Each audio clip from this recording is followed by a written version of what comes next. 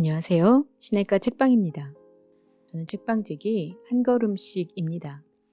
오늘은 지난 시간에 이어 정한욱님의 믿음을 묻는 딸에게 아빠가 중에서 고통에 대한 문제를 정리해 드리도록 하겠습니다.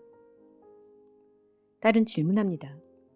끊임없이 벌어지는 전쟁과 재해로 고통받는 사람들을 보면 하나님이 존재하신다면 어떻게 저런 끔찍한 일들이 벌어질 수 있는가? 저들이 당하는 고통은 무슨 의미가 있는가라는 질문이 생겨요.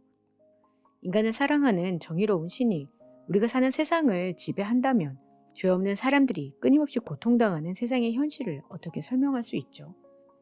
특별히 고통받는 사람들을 보면서도 그 고통이 인간의 죄 때문이라거나 예수를 안 믿어서 그렇다는 말을 쉽게 내뱉는 일부 기독교인들을 보면 정말 끔찍해요. 고통으로 가득한 세상 앞에서 그리스도인들은 어떻게 생각하고 살아야 하는 것일까요? 라고 물었습니다. 이에 아빠가 대답합니다. 오늘날 우리는 타인의 고통을 안방에서 영상이나 이미지로 소비하는 시대를 살아가고 있어. 미국의 작가 수전 손택은 우리가 매일 미디어를 통해 접하는 고통받는 인간의 이미지들은 찍는 사람에게나 보는 사람에게나 그 사진에 담긴 사람이 겪고 있는 고통에 대한 공감이나 연민을 요구하지 않는다고 말해. 이는 그 사진들이 인간을 인간답게 대해야 한다는 가장 기본적인 예의를 무시할 뿐 아니라 편안한 실내에서 고통받는 사람들을 감상할 특권을 누리는 우리를 타인의 고통을 소비하는 구경꾼과 관음증 환자로 만들고 있다는 뜻이지. 손택은 이렇게 고통의 이미지들이 범람할수록 사람들은 폭력에 중독되어 타인의 고통에 무감각해지게 된다고 말해. 그리고 설령 누군가 그 사진들을 보면서 연민과 분노를 느낀다 해도 이는 사진에 찍힌 사람의 고통이 나와 아무 관계가 없음을 입증하는 알리바이로 소비될 가능성이 높다고 강조한단다. 문제는 고통이란 지금 타인의 고통을 편안하게 감상하는 사람에게도 언젠가는 반드시 닥치게 될 인간의 보편적인 현실이며 아무리 무신경한 사람도 자신에게 닥친 고통에 대해서는 절대 구경꾼이나 관음증 환자가 될 수 없다는 거야. 20세기를 대표하는 기독교 변증가인 C.S. 루이스는 고통의 문제라는 책에서 고통이란 귀먹은 세상을 불러 깨우는 하나님의 메가폰이며 만사가 잘 돌아가고 있다는 환상을 깨뜨리는 데 도움을 주어 하나님이 반항하는 영혼의 요새 안에 진실의 깃발을 꽂을 수 있게 한다고 주장했지. 그의 견해는 고통이란 변장한 하나님의 축복이라는 말로 요약되어 오늘날도 수많은 설교단에서 고통에 대한 기독교의 표준적 답변으로 자주 인용되고 있단다.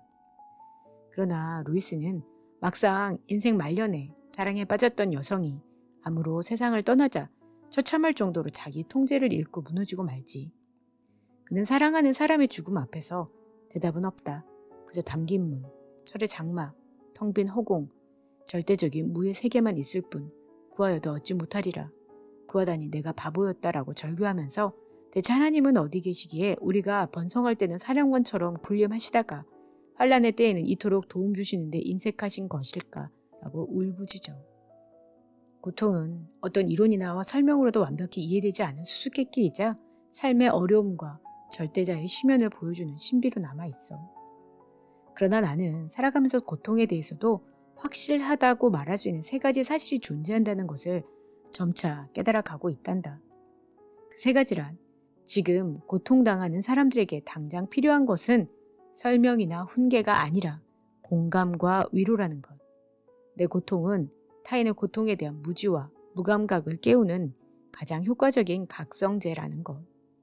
그리고 타인의 고통에 대한 공감 능력이야말로 한 사람의 성숙을 보여주는 핵심적인 표지라는 거야. 나는 어떤 고통이 죄의 결과로 찾아올 수 있다는 데 동의하지만 고통당하는 사람 앞에서 그 고통이 죄의 결과라는 이야기를 아무렇지도 않게 내뱉을 정도로 믿음 강한 신자들에 대해서는 강한 거부감을 느낀단다. 지금 고통받는 사람들에게 가장 필요한 것은 고통에 대한 심오한 해석과 설명보다 함께 있어주고 공감해주며 위로와 애도를 표하는 것이라고 믿기 때문이지. 사랑하는 사람의 고통스러운 죽음을 지켜보아야 했던 C.S. 루이스는 자신이 괴로워했던 이유가 연인이 당하는 고통과 죽음 때문이 아니라 그로 인한 연인과의 이별 때문에 자신이 당할 고통 때문이었다는 것을 깨닫고 덜된 인간이라며 자신을 자책하지. 고통은 루이스 말대로 가끔씩 영혼을 잊고 살아가는 현대인들에게 하나님의 존재를 상기시키는 메가폰이 될 수 있어. 그러나 나는 고통이 그보다 훨씬 강력하게 그리고 예외 없이 고통당하는 이웃의 비명을 들려주는 강력한 보청기로 작동한다고 확신한단다. 2차 세계대전 당시 벌어진 전대미문의 홀로코스트는 일반인이 가지지 못한 사악함으로 가득한 악의 화신들이 아니라 타인의 고통에 대한 공감의 능력을 상실해버린 모자란 인간들에 의해 자행되었다는 한나 아렌트의 예루살렘의 아이만을 보면 알 수 있지. 그는 이를 악의 평범성 혹은 악의 진부성이라고 이름 붙였어.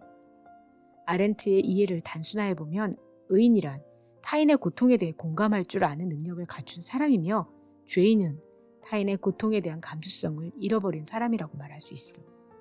기독교 신학자인 위르겐 몰트만은 하나님이 고난 받으실 수 없다는 기독교 신학의 전통적 견해를 거부하고 성자 하나님인 예수 그리스도께서 십자가에서 고통당하실 때 다른 두 분의 하나님이신 성부와 성령께서도 나름의 방식으로 함께 고난받았다고 주장해. 그리고 하나님이 기꺼이 고난을 선택한 이유는 고난받는 인간의 운명에 참여하려는 사랑의 본성 때문이며 고난받을 수 없는 하나님은 사랑할 능력도 없을 것이라고 역설한단다. 이는 기독교의 하나님이 우리에게 고통의 의미에 대해 훈계하는 대신에 우리와 함께 고통 당하시는 분이며 자신이 당한 고통으로 인해 우리가 당하는 고통에 가장 강력하게 공감할 능력을 지닌 분이라는 뜻이지. 수전 손택은 영상이나 이미지를 통해 접하는 타인의 고통에 대해 분노하고 슬퍼하는 사람들에게 먼저 값싼 연민으로 타인에 대한 책임을 벗어버리려는 태도를 버려야 한다고 일갈해. 그리고 타인의 고통이 우리가 누리는 특권과 연결되어 있지 않은지 깊이 숙고하면서 그들이 당하는 고통을 줄이기 위해 적극적으로 행동하기 시작해야 한다고 강조하지. 이 세상의 모든 아빠들처럼 나 역시 내 삶의 여정이 어떠한 고통 없는 평탄한 길이길 바라. 그러나 내 평안을 넘어 타인의 고통에 귀 기울일 줄 알고 내가 가진 것들로 그들의 고통을 줄여줄 수 있는 멋진 삶이라면 더 좋겠어. 그럴 수 있겠지. 다음 시간에는 역사에 대해서 정리해 드리도록 하겠습니다. 그럼 다음 시간에 뵐게요. 안녕히 계세요.